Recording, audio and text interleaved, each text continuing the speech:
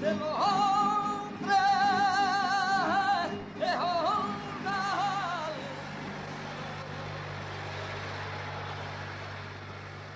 La aparición de los temporeros, en su mayoría andaluces, que acuden a la uva en Tomelloso durante 20 o 30 días al año, trae un inquietante toque de atención sobre realidades poco gratas. Su trabajo de sol a sol y sus viviendas hacinadas no ayudan a concretar esa estampa apacible que normalmente evidencia la ciudad. Por otra parte, el campesino de Tomelloso, bien sea por influencia directa, por cercanía o por afición, ha sabido y sabe expresarse, al igual que sus temporeros, con un cante profundo y verdaderamente sentido. Tras esos 20 o 30 días, las gentes de Tomelloso se quedan solas con su uva y sus campos infinitos. Comienza ahora la gran aventura industrial de la ciudad, la comercialización de la uva hasta sus últimos residuos.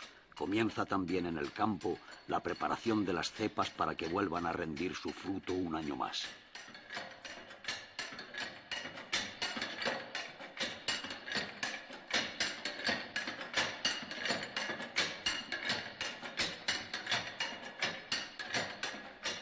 Esa lucha industrial, rudimentaria y basada en las prensas manuales tiende a desaparecer, pasando los jaraices a convertirse en una fábrica compuesta por complejas prensas y trituradoras.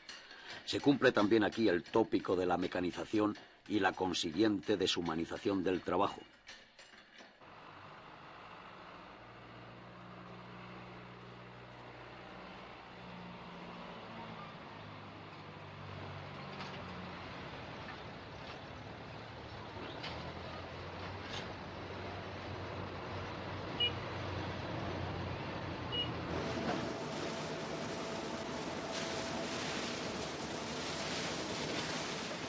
Aunque haya cosecheros que se resisten a la desaparición de su labor artesana en el lagar para elaborar sus propios caldos, las necesidades tanto de política laboral como industrial se imponen.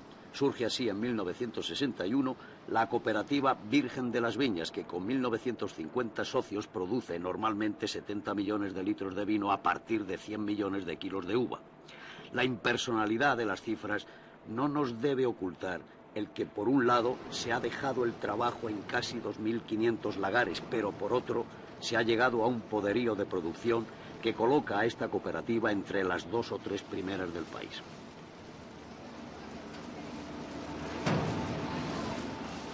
En todo caso, esta codificación de los hechos sigue engrosando esa imagen despersonalizada que el pintor López Torres encontraba al comparar el Tomelloso actual con el pasado.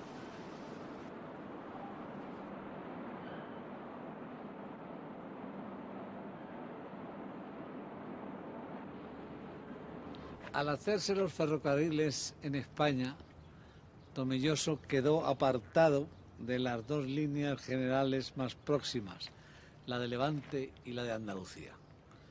Quedó apartado y naturalmente su producto principal, que era el vino, resultaba enormemente difícil el sacarlo, el exportarlo, puesto que había que llevarlo en carros hasta las estaciones más próximas de Manzanares, de Alcázar de San Juan, etc.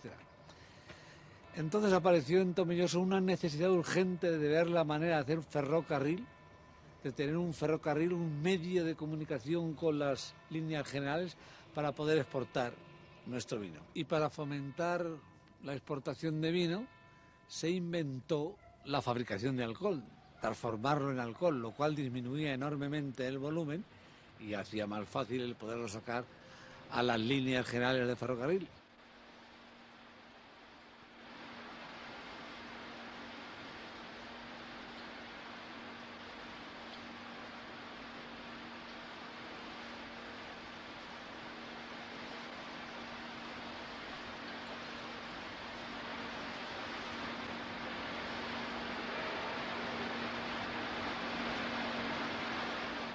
La otrora llamada pertinaz sequía ha sido últimamente una triste realidad, no solo en La Mancha, sino en toda España, que no impedirá a él que la inmensa producción vinícola y de alcoholes de Tomelloso siga abasteciendo abundantemente el mercado.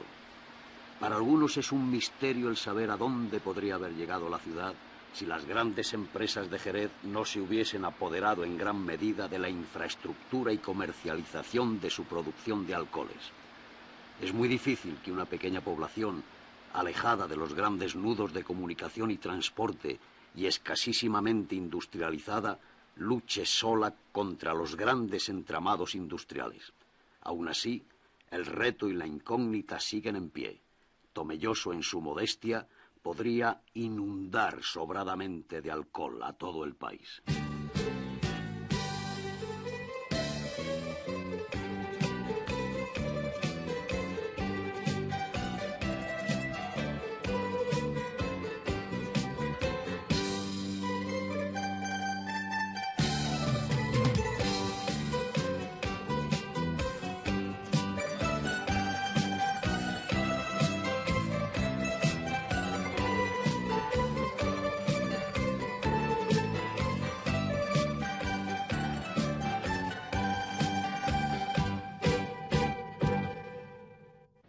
Yo creo que he sido de esos pocos seres humanos que nunca tuvo duda de lo que quería ser. Desde muy pequeño tuve eso que se llama vocación literaria.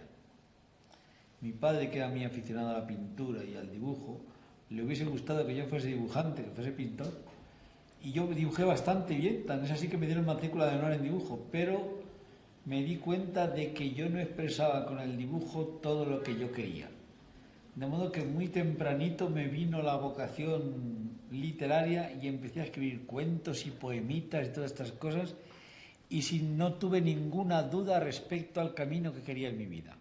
Bueno, en mi obra literaria hay dos tendencias perfectamente claras. Una es esa rememoración, esa recreación de vividuras o de vivencias, y otra es lo más contrario posible a eso, que es la imaginación. Entonces, mucha gente cree que yo he sido un escritor costumbrista, que yo he pretendido retratar en mi tierra, que yo he pretendido hablar de las costumbres y de tipos de mi tierra. No, nada de eso. Yo no me he propuesto eso nunca. Lo que pasa es que he sido muy sensible a mis impresiones de la infancia y de la adolescencia y de la primera mocedad, y naturalmente casi todas esas vivencias están unidas a mi pueblo, están unidas a mi familia, están unidas a las relaciones comunes, y yo he tenido muy poca sensibilidad para hablar de otra tierra, para contar cosas que hubiesen ocurrido más allá de donde yo estaba y donde yo vivía. Un buen ejemplo está en su cuento El enseñador. Me lo propuso muchas veces, pero me daba vergüenza, y hasta aquel sábado no dije que sí.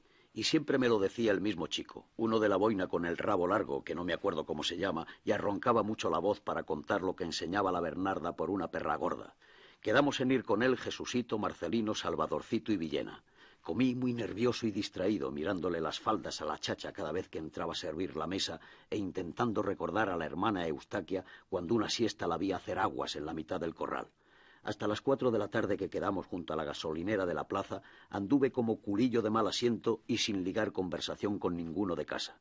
Para disimular mejor nuestra aventura no nos fuimos por la calle del Campo y el paseo del cementerio, que era el camino derecho, sino por la de San Luis, y luego a Cruzaeras hasta bien detrás del Camposanto, que es donde estaba el cuartillejo de la Bernarda. Pero no llegamos derechos al cuartillejo como yo pensaba, que nos apostamos detrás de una parcilla como a 200 pasos de él. Desde allí se veía al calichero, o sea, al marido de la Bernarda, a un lado de la puerta, sentado en un serijo y haciendo pleita, y al otro, en una silla bastantico alta, a la propia Bernarda tejiendo calceta. Delante de las cales y la cortina de saco de la puerta, los dos estaban en lo suyo como si no se conocieran de toda la vida. Aunque no hacía frío, el cielo estaba nublasco y el campo sin colorines.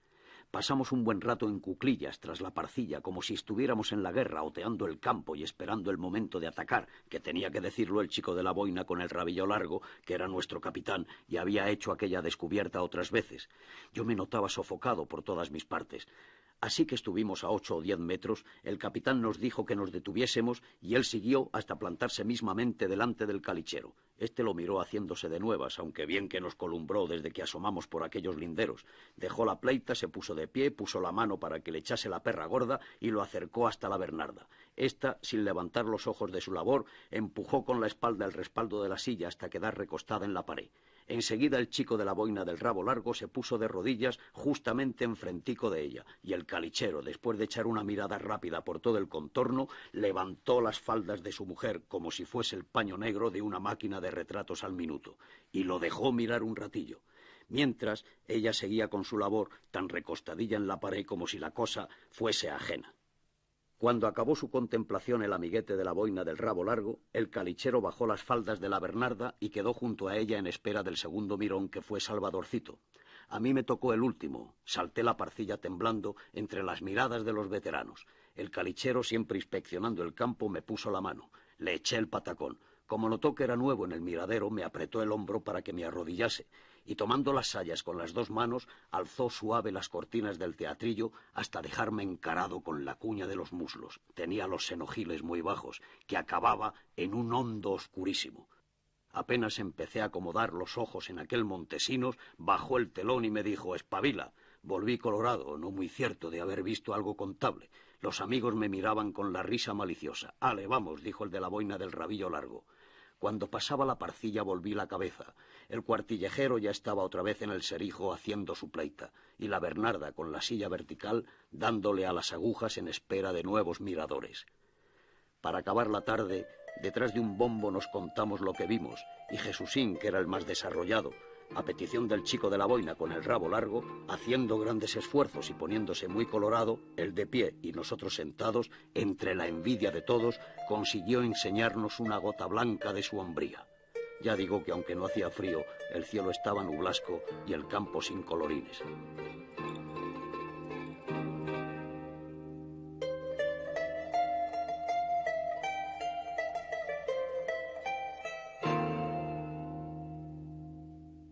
Cuando terminé la enseñanza primaria, vine a un colegio que había en este mismo edificio, un colegio de un señor particular, en el cual se estudiaba el bachillerato y se preparaba para ingreso. Aquí me prepararon para ingreso y estudié los primeros años de bachillerato.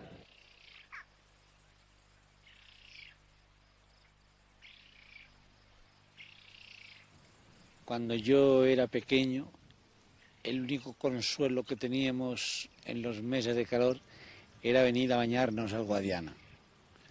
El Guadiana, que nace ahí, más arriba, en las lagunas de Ruidera, pasaba por aquí, no muy ancho, no muy grande, pero lo suficientemente fresco, lo suficientemente verde. Era una especie de pequeño milagro de las llanuras, lo mismo que era ya un gran milagro las lagunas. Pasaba entre la multitud de árboles que había en sus orillas, y aquí veníamos de jovencitos y de pequeños a bañarnos todos los manchegos de todos estos alrededores.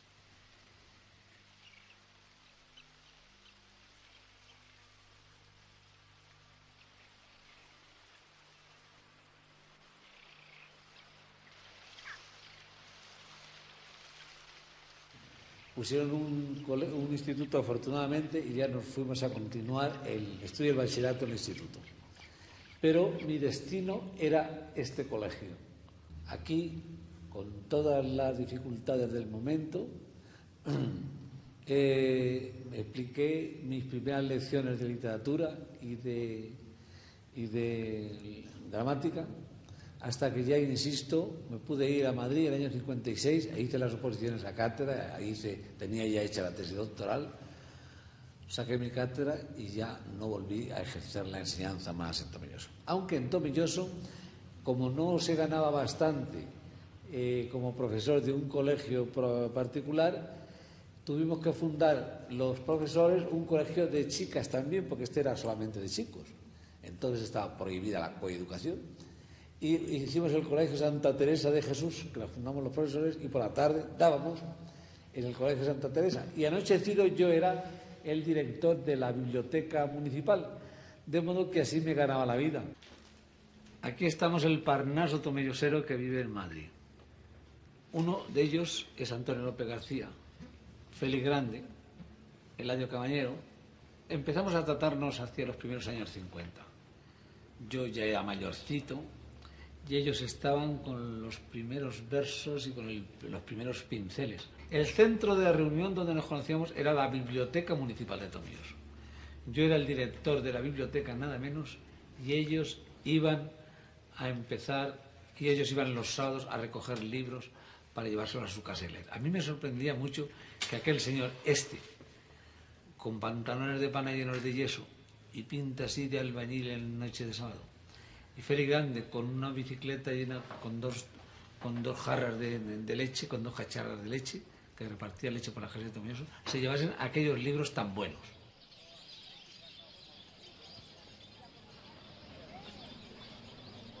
Apegados a su ciudad y a su arte, estos artistas tomelloseros no se arredran al charlar con desenfado de sus anécdotas y sus creaciones.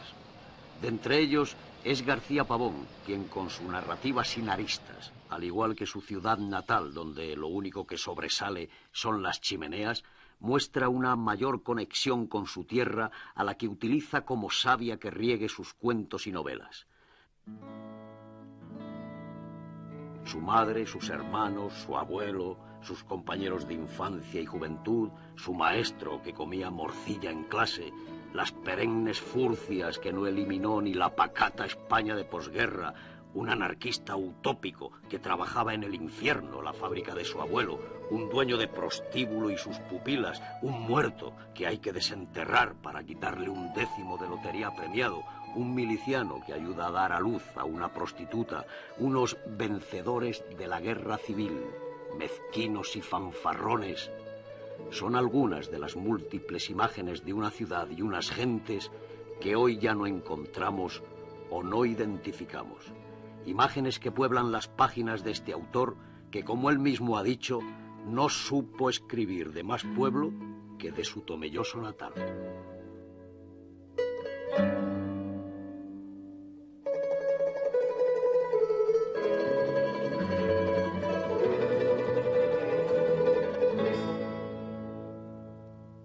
Entre los dos tenéis todos los premios literarios de España, ¿eh? De los 3, Paco. No, pero yo tengo uno. Tiene pocos, dice, ve que cínico. Tiene más que yo.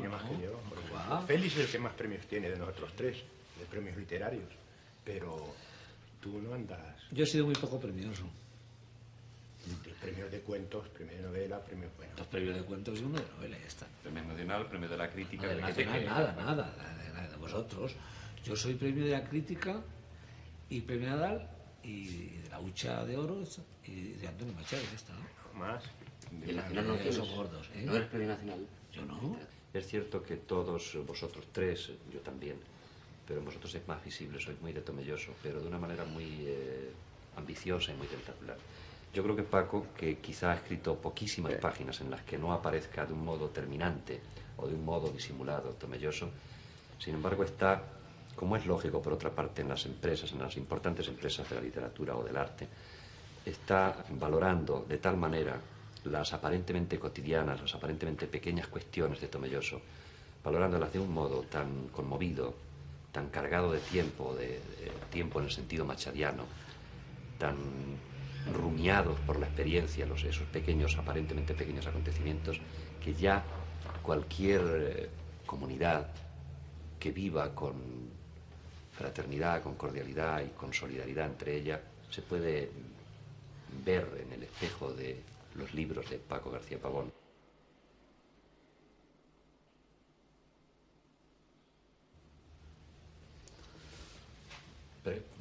Lamento haber sido el primero en hacer un elogio, pero es que lo tenía en la boca. ¿Estás en mi casa? Estás en casa de Paco y además estás encargado de ello. Lo digo, lo estoy diciendo de corazón. No.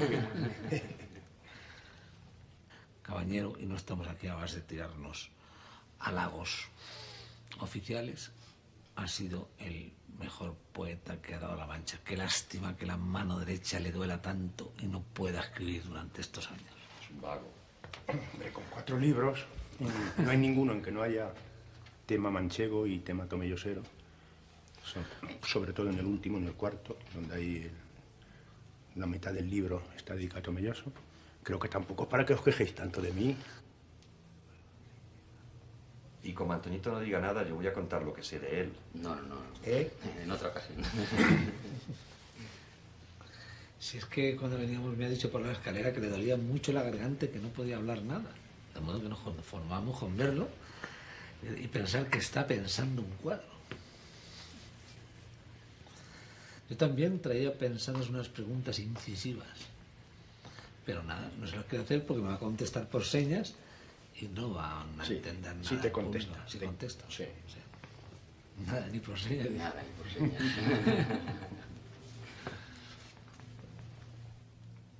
Pues sí, decía hace un momento, cuando veníamos hacia acá, hacia la casa de Paco Pavón, que a mí me gustaría vivir mucho en Tomelloso. Voy mucho, desde luego, no tanto como quisiera, sobre todo para ir con mis amigos, recordar tiempos pasados y, egoístamente lo digo, últimamente, como soy tan viejecito, ir al casino a jugar al dominó con viejos amigos.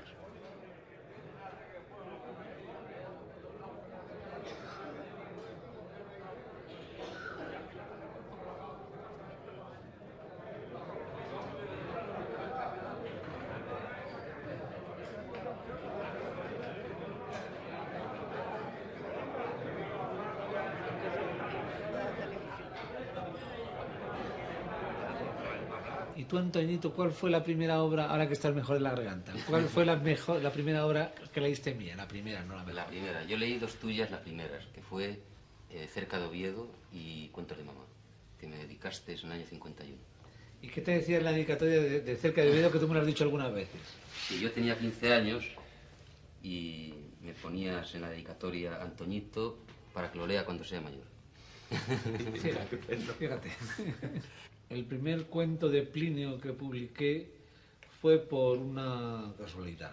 El gran pintor de Tomelloso, Francisco Carretero, un día me encontró en la terraza del Casino de San Fernando y me dijo: hombre, ¿a ti que te gusta escribir cuentos? ¿A que no te acuerdas tú no te puedes acordar de una cosa que ocurrió aquí en Tomelloso cuando yo era alcalde? Y entonces me narró pues una historia que a mí me hizo mucha impresión, una historia de un jefe de la Guardia Municipal de Tomelloso, que era una historia muy boba, pero al mismo tiempo propia de un hombre con una perspicacia y con una especial malicia de tomellosero. Y yo lo escribí tal como él me lo contó, y fue cuando me inventé el nombre de Plinio, no sé por qué. Yo creo que era porque teníamos un profesor de latín que era muy gordo y sudaba mucho, y le llamamos Plinio. Y entonces pues yo escribí el cuento tal, insisto, como me lo contó él, lo mandé a un concurso que había en la revista Ateneo de entonces, me lo premiaron y todo el mundo me empezó a decir: pero hombre, tú no sabes lo que has hecho, has creado una especie de relato policíaco a la española, que nunca ha habido nada aquí de esto y tal y cual, era un pueblo manchego, un policía municipal, etc. Y eso me animó a seguir por la línea esa de mis historias llamadas policíacas. Despacito y buena letra. El hacer las cosas bien importa más que el hacerlas. Tras esta sentencia tan machadiana de Félix Grande, que parece sumir en la reflexión a sus compañeros de Parnaso, bien podemos condensar un cierto espíritu latente en la interrelación García Pavón Tomelloso con este extracto de su cuento titulado Viene ahora la tristísima historia de los evacuados de Bujalance, con unas coplas finales. Casi todos los evacuados que trajeron a mi pueblo cuando las cosas de la guerra apretaron por el sur fueron de Bujalance. Luego vinieron otros del Escorial que eran de mejor ver. Los de Bujalance llegaron como una tropa embarrada y maldecida. Llegaban arrastrando sus pobres enseres y sus niños raquíticos con hambre de siglos. Era la Andalucía trágica de los dramas sociales, del gazpacho y la cata de aceite, del paro y el jornal misérrimo. Y ahora, por si todo era poco, perseguidos por los obuses. En la plaza se bajaban de los camiones donde venían hacinados y quedaban familia por familia, aislados, varados en pequeños núcleos, con los rostros inexpresivos, rodeados de colchones despanzurrados, alguna sartén y mantas pardas con parches y quemaduras. Luego los milicianos los conducían a los sitios destinados para su cobijo. En casa siempre hubo dos locales comerciales para alquilar. En uno estaba el estanco de Pedro Eugenio. Al otro, vacío desde que quitó Ramoncito la zapatería, nos destinaron una de las familias evacuadas de Bujalance. Se componía de un matrimonio joven con 5 o 6 hijos amarillos y escrofulosos. Cuando supimos que estaban instaladas, bajamos mamá, Pepa la muchacha y yo. Bajo una luz amarilla altísima estaban todos sentados, inmóviles, sobre desfilachadas colchonetas. La fatiga los tenía medio amodorrados, ausentes, miraban sin ganas ni decisión una lata de lentejas cocidas y unos tomates que les dejaron los milicianos. Nosotros a veces nos asomábamos a su habitación a verlos o a llevarles algo, y cada vez hedían más y la miseria era más patente. Un día, a la hora de comer, nos dijo mamá que el niño más pequeño de los evacuados estaba muy malito. Amarillo y sin conocimiento, tiritaba bajo la manta. Los padres y hermanos, sin saber qué hacer, lloriqueaban alrededor. Mejor dicho, el padre blasfemaba. Mamá llamó a nuestro médico, que era muy bueno. Cuando hizo la visita, subió a decirnos que no podía hacer nada, que tenía algo así como meningitis tuberculosa. Duró la agonía 2 o 3 días. Los hermanos acabaron por familiarizarse con la enfermedad y jugaban tranquilos en la calle. El padre algunas veces salía a fumarse un cigarro a la puerta y hablaba solo, maldiciendo de todas las cosas. La madre nunca se apartaba del enfermo, le pasaba la mano por la frente y no cesaba de llorar con un llanto sordo, ronco, perruno, monótono. Aparte de las señoritas del Socorro Rojo, nadie visitaba a nuestros vecinos. La misma tarde que murió, un poco antes, me asomé a la habitación de los evacuados. El niño estaba totalmente consumido, la cara una calaverita amarilla y sucia. La madre, inmóvil, con la greña en los ojos y la barbilla clavada en el pecho, no advirtió mi asomada. El entierro iba a ser al día siguiente, por la tarde. Mamá me dijo que debía ir yo. Convencí a mi amigo y vecino Marcelino, el de la confitería, para que me acompañase. Era el primer entierro sin curas al que yo iba. Al pasar junto al hito del cementerio, Marcelino me dio con el codo y dijo en voz baja: «Ahí mataron al párroco». El camposantero nos esperaba en la puerta. «La sepultura para el chico está un poco lejos», avisó. Entre uno de Bujalance, el mayor de los hermanos, Marcelino y yo, cogimos la caja de las 4 asas. Yo, con la mano libre, llevaba el paraguas bajo el que procuraba ampararse el de Bujalance, que hacía pareja conmigo. El camposantero iba bien despegado de todos, como escucha, y el padre delante de la caja como un capitán. El muertecillo bailaba un poco en la caja y su cuerpo duro sonaba contra las tablas. De pronto el padre, medio llorando de rabia y a grandes voces, se dirigió al de Bujalance. «¿Tú crees, compadre, que hay derecho a un entierro así, sin cura, sin cántico, sin cirimonio, como si fuera un perro?» El de Bujalance, que con su manera de andar a lo cojo meneaba el ataúd más de la cuenta, dijo casi con mal humor y señalando al mayor de los hermanos: «Que cante este». El chico, de unos 10 años, lo miró un poco inexpresivo, pero el padre asintió enseguida: «Eso, canta tú, Joselito, hijo, que no quiero enterrar a tu hermanito con tanto silencio».